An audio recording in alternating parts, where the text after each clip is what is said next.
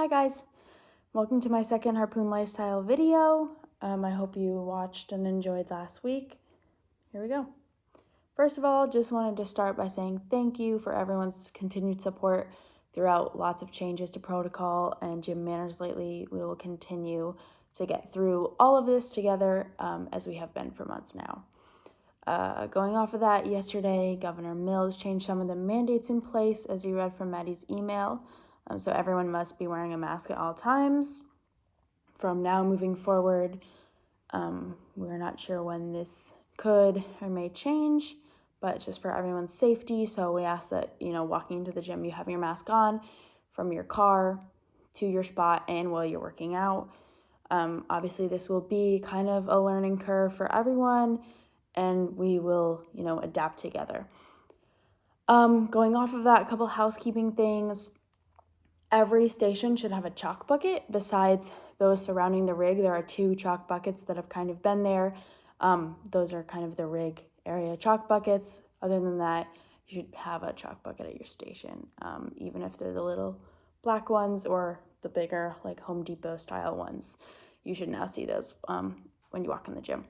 So stacks of weights at stations, we ask that after class, you just stack your weights back up how they were.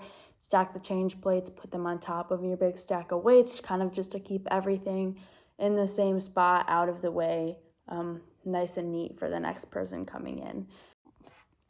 Moving on to Connor's nutrition post this week regarding restriction versus discipline when it comes to eating and diet. So discipline derives from consistency and strength, while restriction is develops from deprivation and comes from doubt in oneself. So Connor mentioned 3 steps that we can kind of take if we're trying to feel off track when it comes to nutrition, dieting, if you kind of feel a little bit lost, like you don't really know what your intention is anymore, if you're kind of more on that restriction path, or, if you're feeling more disciplined, you don't really know how to feel more disciplined, how to get there. So those steps, pause for a moment, kind of reflect. Think about what you've been doing lately. What have your habits been, good or bad? How has it impacted your everyday life? Step 2, revisit your initial goal, revisit your passion. What are you doing? What do you want to be doing? Step 3, practice compassion for yourself. What is self-compassion? It is actually being able to treat yourself with that same support and love that you would treat, a friend if they came to you and they were like, oh, I don't know what I'm doing with my diet and my nutrition lately, or, just regarding any life event. So treat yourself with that same love that you would give others. So this is a great segue into my brain science post. This week I talked about one of the mental skills, and by one of, I mean, there's obviously a lot of mental skills when it comes to sport and fitness, but in, my personal research, in my undergraduate career, I focused on 5.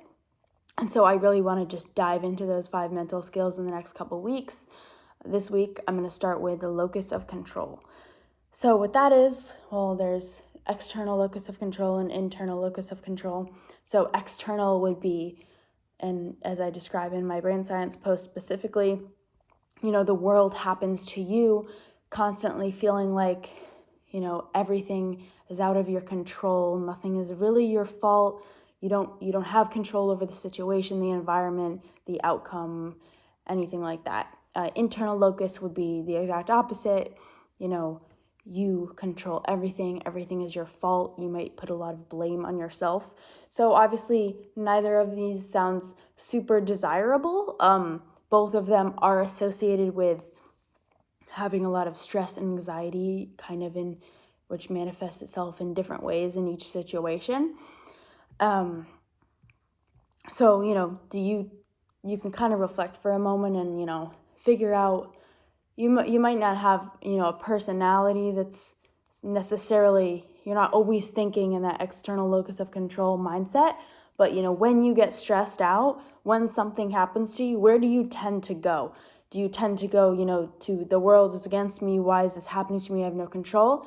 Or do you tend to, oh, this is all my fault, I must take responsibility for everything, and getting really down on yourself, especially about your failures. Obviously, a balance between these two is healthy. and may decrease stress and anxiety surrounding, these everyday events and obstacles that we face.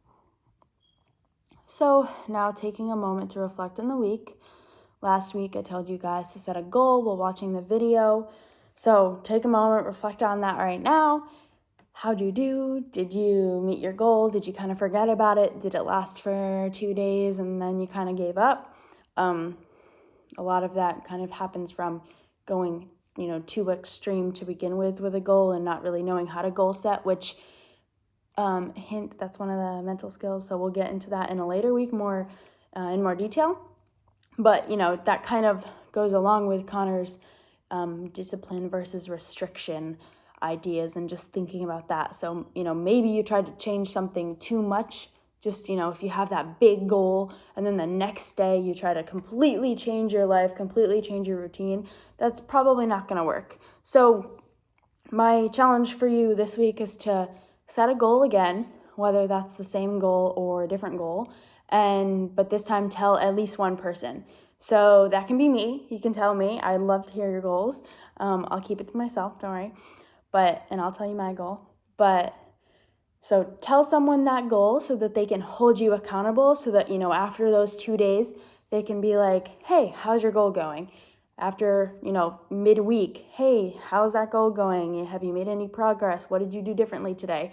That accountability makes it, increases the likelihood that you're going to follow through on a goal and that you're going to be successful in completing that goal and, have good intentions moving forward.